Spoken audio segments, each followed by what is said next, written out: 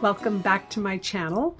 It's been a couple of weeks. It's just been crazy between the craft fair and then having my husband in the emergency room. I just haven't gotten as much done in the last 2 weeks as I had wanted to. Anyway, we're going to continue reading Mischief and Masquerade. We're starting on chapter 16. We're so close to finishing the book. So first, I probably ought to catch you up on what's happened so far. So Kate is an heiress, and her parents have tried to set her up with the Earl of Ravenswood.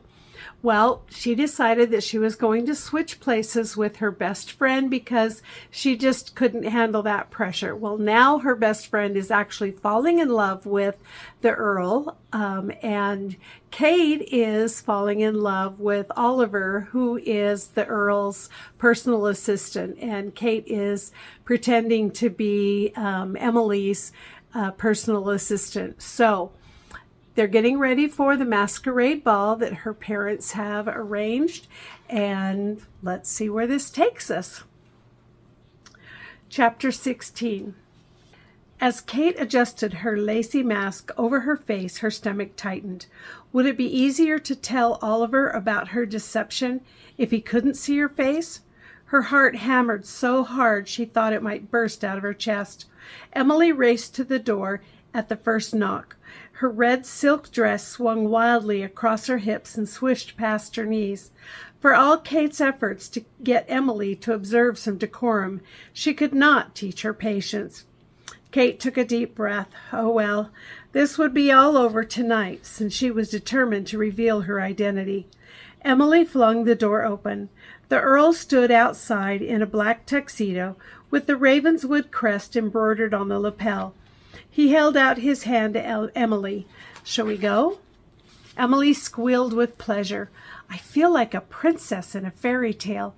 Kate muttered under her breath, "Or Cinderella, who has to go back to sitting in the ashes when this is all over." Emily picked up her clutch purse. "Did you say something?" "No, just talking to myself." Rick smiled at Emily and slipped her hand into the crook of his arm. "Oliver says we'll meet you in the garden. She has an enormous surprise for you." The garden, where they had shared a kiss. Anxiety tied knots in her stomach as she tried to imagine what his surprise was. She certainly had one of her own. Hopefully, if her revelation went well, they'd share many more kisses. If it didn't, her heart sank into her silver heels. Please, dear God, she pleaded like she had that first day here, when she'd asked him to let Oliver's suite be close to hers. She thought for sure this ridiculous ruse would be perfect. "I'll never pester you again." Unbidden, a thought came into her mind. What if God wants me to make requests of him? Her parents often prayed that Kate would find the right husband. Even that had seemed frivolous. Shouldn't they be requesting world peace instead? Before she left for the ball, Kate knelt beside her bed and poured out her heart to him, thanking him for the wonderful time she'd spent with Oliver. Instead of asking that the Earl be her perfect mate, she prayed that when she told Oliver who she really was, he'd forgive her and tell her he was in love with her despite the deception. Praying didn't bring her the peace she expected. If anything, it ramped up her anxiety. Kate smoothed her dress and adjusted her mask. She took a quick peek in the mirror and dabbed on a little smudge-proof lipstick, just in case he wanted to kiss her. When she arrived in the garden, the scene took her breath away. It was grander than anything her parents had ever done before. They had spared no expense with the decorations.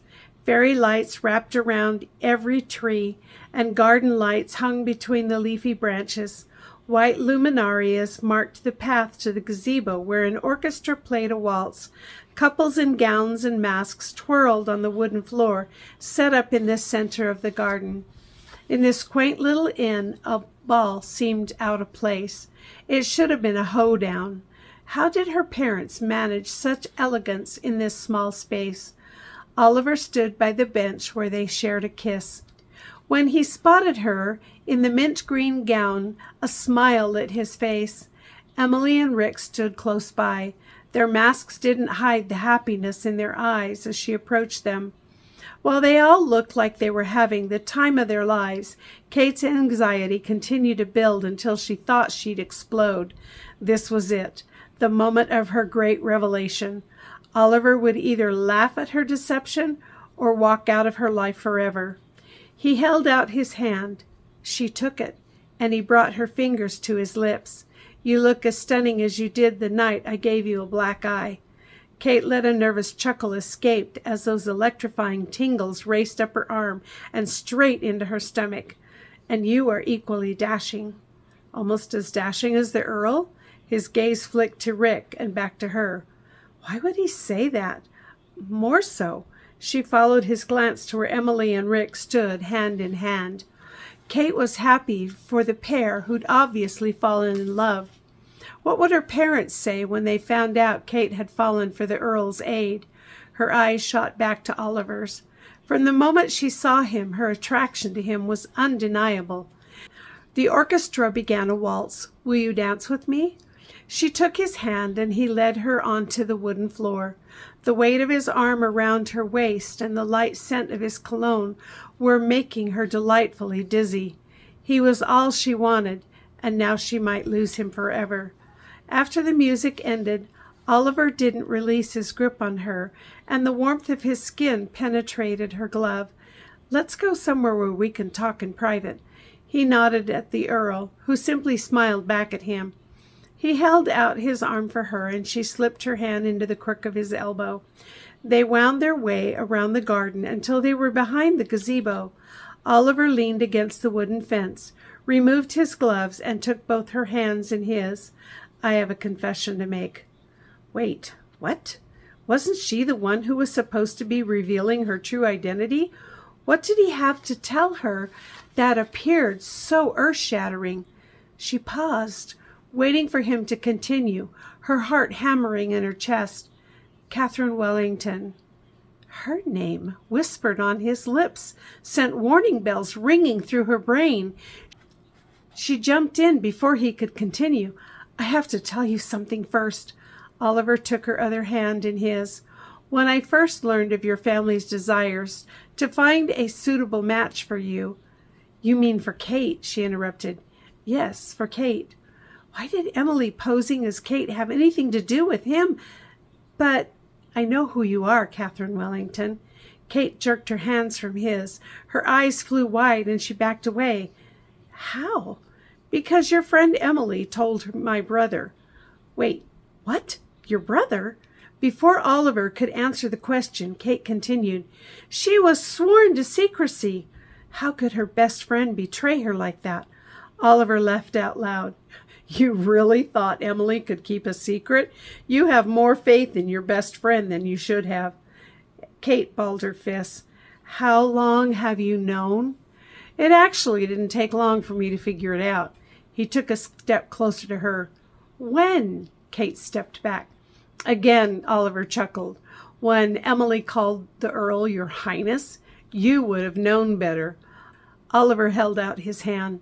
Kate turned from him and faced the lattice on the back of the gazebo, fighting the tears threatening to spill.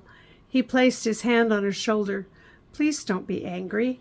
She spun to face me. "My parents expected me—" Her voice trailed off. "To marry the Earl?" Kate dropped her eyes to the ground. "Yes." Pinching her lips, she snapped her face back to his. "Honestly, I'm done with my parents' meddling." She turned away from him and raced to the back door of the inn. Instead of waiting for the elevator, she picked up the hem of her dress and raced up the stairs. Her heel snagged on the carpet at the top of the second floor, and she fell forward. A cowboy coming from the corridor stooped beside her. "Are you all right, miss?" "I'm fine." The man studied her for a moment before she shooed him away.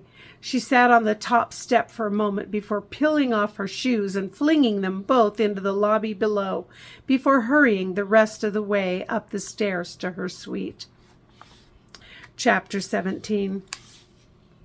How could Rick and Oliver be brothers? They looked nothing alike, and on top of it all, Oliver had known who she was the whole time. She removed her mask and pitched it across the room. It landed behind the armoire. How could they play such a cruel prank on her? Guilt wrapped its ugly hand around her insides. Hadn't she done the same thing to him? He probably never wanted to speak to her again. Kate slumped onto the bed and let the tears flow. Shortly before dawn, Emily tapped on her bedroom door. "Kate, are you awake?" How could she sleep with the turmoil rolling around her insides? She could pretend to be asleep, but she had to know how things had gone so horribly wrong. "Come on in." Emily crossed to the bed and sat on the edge. "Oliver told me what happened." "Oh, Em, I thought I could trust you." Her downcast eyes and the slump of her shoulders spoke of her guilt. "I'm sorry, but Rick knew right away that I wasn't a wealthy heiress. I just don't have the grace or finesse that you do." Kate should have realized her plan was doomed from the beginning. "It's okay. What's done is done." Though her inside said nothing would ever be right again, she'd just stormed out on the man she was falling crazy in love with. "So you and the Earl, huh?" Color flamed in Emily's cheeks. "And he doesn't even care that I'm a poor college student." She leaned in closer. "Besides, Rick is pretty broke himself. Apparently it's the Duke who owns the property, and Oliver is next in line to inherit." "What?" Kate snapped forward and bumped her head on Emily's. Kate tried to piece together what she told her. "He said his father was an alcoholic. That's Rick's dad. Oliver and Rick are actually stepbrothers." Well, that would explain why they looked nothing alike. "So, like me using our background as my masquerade, Oliver did the same thing?" Emily nodded. "I should have told you sooner, but the way the two of you were practically inseparable, I thought for sure things would work out between you." A fresh flood of tears threatened to break free. "I'm such an idiot. The way I behaved toward Oliver, he'll probably never want to speak to me again." Emily retrieved a tissue from the nightstand. "I wouldn't be too sure." As if on cue, someone knocked on the bedroom door. Rick stuck his head into the room. "We're ready." "You probably don't want to hear this." Emily motioned to Kate's nightstand. "Wear something casual." By the time they arrived at whatever destination Emily and Rick had kept secret, Kate thought she was going to die of curiosity.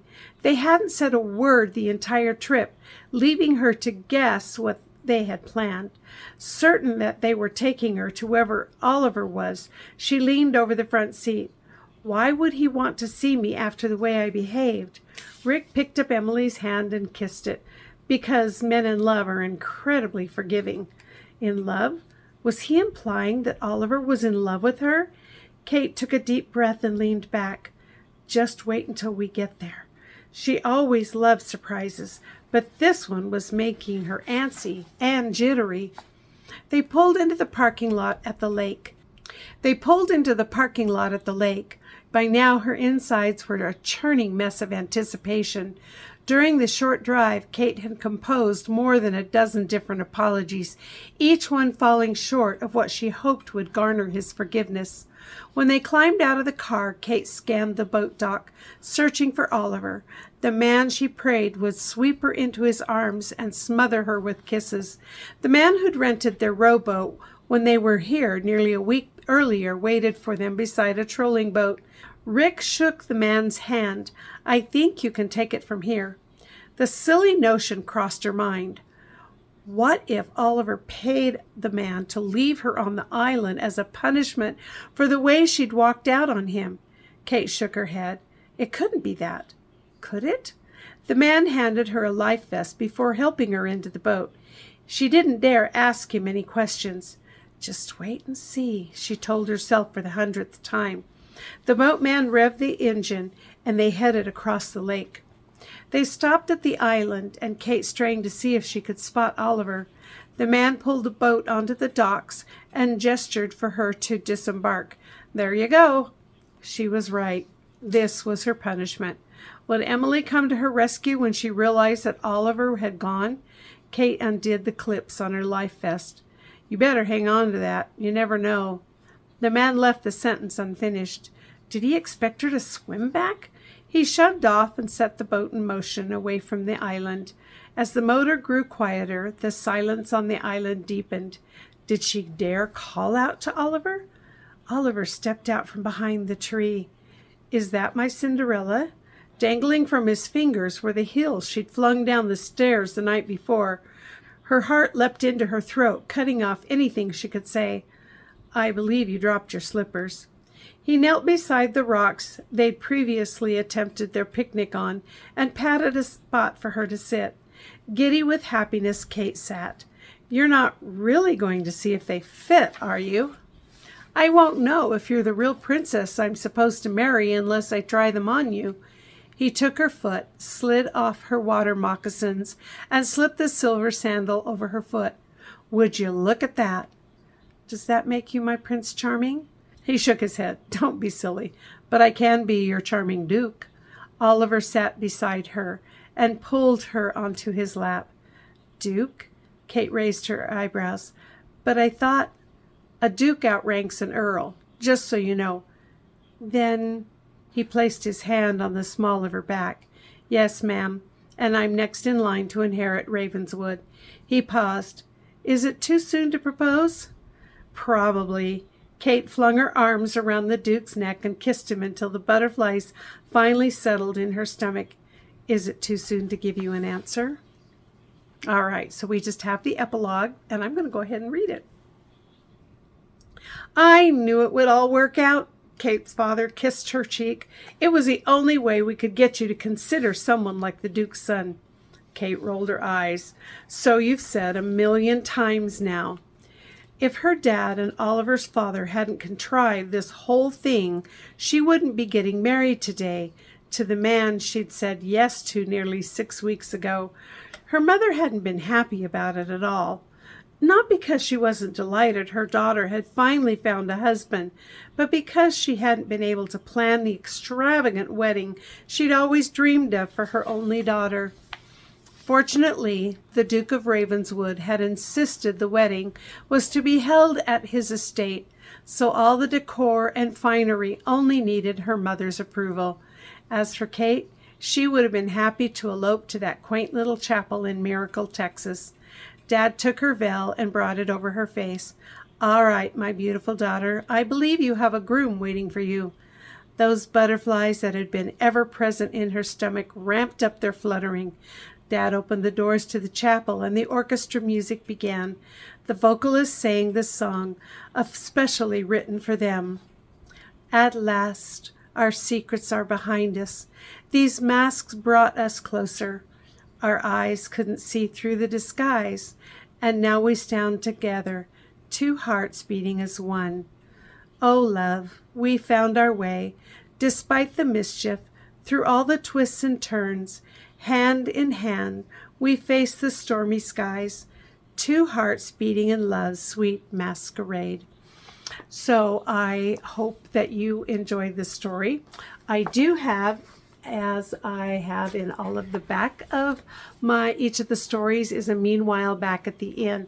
We know that this series follows Lacey and Tanner, and sprinkled in between their story are these little short novellas that are standalones, but they follow the story of Lacey and Tanner, and I hope that you'll get a chance to check out all of the stories in this series. I will leave a link below for the episodes prior to this one, so if you want to start at the beginning of the story and read through, you're welcome to do that. Also, I will leave a link to this particular book along with the series. I hope that you are having a wonderful, wonderful day, and I will see you probably next week. And who knows what this week will hold, but I've got lots planned. So I'll see you again.